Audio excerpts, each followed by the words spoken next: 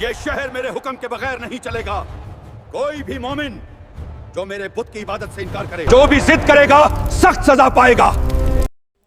یہ وہ زمانہ تھا جب دقیانوس نامی ایک ظالم بادشاہ حکومت کرتا تھا، اور وہ لوگوں کو اپنے بت پرست عقائد پر مجبور کرتا تھا اور اللہ تعالیٰ کی عبادت کرنے والوں پر ظلم کرتا تھا.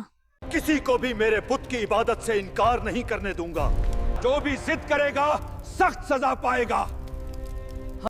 مگر اسی شہر میں کچھ نوجوان ایسے بھی تھے جن کے دل ابھی تک زندہ تھے، جن کی آنکھوں نے سچ اور جھوٹ میں فرق پہچان لیا تھا. وہ تھے نوجوان، مگر ان کا ایمان برا نہیں تھا. نہیں، ایک دن ہمیں حق کے لیے کھڑا ہونا ہوگا. جان چلی جائے تو جائے، مگر ایمان نہیں جانا چاہیے. بادشاہ کے محل میں شور مچاتا ہے. سپاہی نوجوانوں کو پکڑ کر لاتے ہیں اور بادشاہ غصے سے کہتا ہے کہ سنا ہے تم ہمارے معبودوں کو نہیں مانتے. تو نوجوانوں کا سردار کہتا ہے اس رب کو مانتے ہیں جس نے آپ کو بھی پیدا کیا اور ہمیں بھی. پھر بادشاہ چیخ کر کہتا ہے کہ یا تو ہمارے دین میں واپس آ جاؤ یا پھر موت کے لیے تیار ہو جاؤ. پھر دربار میں خاموشی چھا جاتی ہے. یہ وہ لمحہ تھا جب ان نوجوانوں نے دنیا کے خوف پر اللہ کے خوف کو ترجیح دی.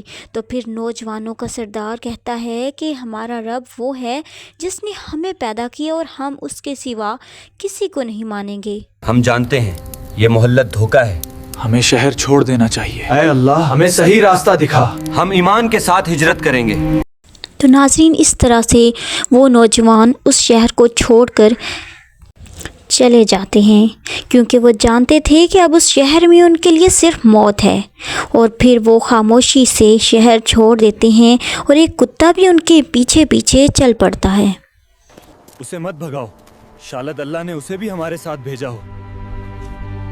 اے ہمارے رب، ہم تیرے سوا کسی سے مدد نہیں مانگتے.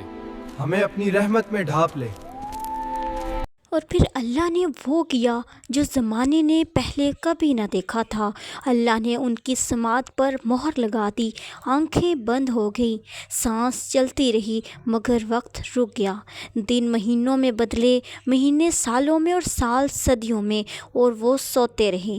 بادشاہ مر گئے، بت ٹوٹ گئے اور شہر بدل گئے اور توحید کا نور پھیل گیا. پھر ایک دن اچانک سے ایک نوجوان آنکھ کھولتا ہے. پہلا نوجوان کہتا ہے کہ ہم کتنی دیر سوئے رہے.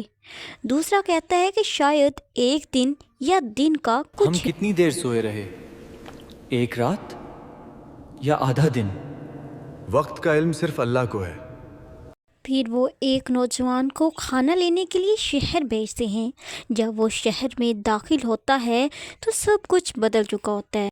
کوئی ایک شہر جائے، یہ چاندی کے سکے لے جاؤ، مگر خبردار، نہ کسی کو اپنی پہچان دینا، نہ اپنی باتوں سے شک پیدا کرنا. اگر لوگوں نے ہمیں پہچان لیا تو پھر وہ ہمیں دوبارہ اسی ظلم کی طرف لوٹا دیں گے جس سے ہم بھاگے تھے. نرمی، خاموشی اور دعا کے ساتھ جانا. جب وہ شہر میں داخل ہوا تو سب کچھ بدلا ہوا تھا. لوگ مختلف، زبان بدلی ہوئی، اور جب اس نے سکہ نکالا تو دکاندار یہ سکہ دیکھ کر حیران رہ جاتا ہے. دکاندار پوچھتا ہے کہ یہ سکہ تم کہاں سے لائے ہو؟ یہ تو صدیوں پرانا ہے. بات پھیل جاتی ہے اور پھر وہ لوگ اس نوجوان کو بادشاہ کے پاس لے جاتے ہیں. بادشاہ اس نوجوان سے ساری بات پوچھتا ہے اور وہ نوجوان بادشاہ کو سارا واقعہ سناتا ہے. لوگ کہتے ہیں کہ ہاں، دقیانوسی نامی بادشاہ تھا، لیکن اس کو تو مرے ہوئے صدیاں گزر گئیں اور اب اس نام کا بادشاہ پوری زمین پر کوئی نہیں ہے.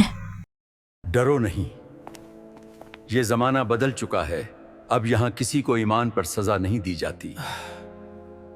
ہم چند نوجوان تھے جو ایک اللہ پر ایمان رکھتے تھے اور ظلم سے بچنے کے لیے غار میں چھپ گئے تھے. ناظرین، اس واقعے کے بعد وہ نوجوان بادشاہ کے ساتھ اس غار میں پہنچا.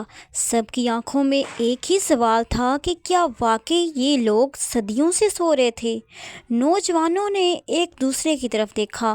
ان کے چہرے پر حیرت نہیں بلکہ اطمینان تھا، کیونکہ وہ جان چکے تھے کہ اللہ تعالیٰ نے انہیں دوبارہ اس لیے بھیجا ہے تاکہ لوگ جان لیں کہ موت کے بعد زندگی برحق ہے، کہ اسی وقت اللہ تعالیٰ نے ان کے دلوں میں ایک عجیب سا سکون اتار دیا. ان کی آنکھیں بوجھل ہوئیں، سانس آہستہ آہستہ چلنے لگی اور وہ نوجوان اسی غار میں دوبارہ سے سو گئے اور اسی حالت میں ان کی روح قبض کر لی گئی. صلیاں گزر گئے مگر جسم سلامت، یہ صرف اللہ کر سکتا ہو. یہ وہی ہیں جنہوں نے صرف ایک اللہ کو مانا تھا. انہوں نے دنیا چھوڑ دی مگر ایمان نہیں چھوڑا. بادشاہ سلامت، لگتا ہے ان کی روحیں واپس بلا لی گئی ہیں. اللہ نے انہیں جگایا پھر اپنے پاس بلا لیا. تو ناظرین، اس سے ہمیں یہ سبق ملتا ہے کہ اگر آپ حق پر ہیں اور ساری دنیا بھی اگر آپ کے خلاف ہو جائے تو گھبرانا نہیں. اللہ تعالیٰ ایک غار اور 300 سال بھی کافی سمجھتا ہے اپنے بندوں کی حفاظت کے لیے. تو ناظرین، یہ تھی میری آج کی ویڈیو. اس طرح کی مزید ویڈیوز دیکھنے کے لیے میرے چینل کو سبسکرائب کر لیں، ویڈیو کو لائک اور شیئر کرنا مت بھولیں. میں ملتی ہوں آپ سے نیکسٹ ویڈیو میں، تب تک دیجیے اجازت. اللہ حافظ.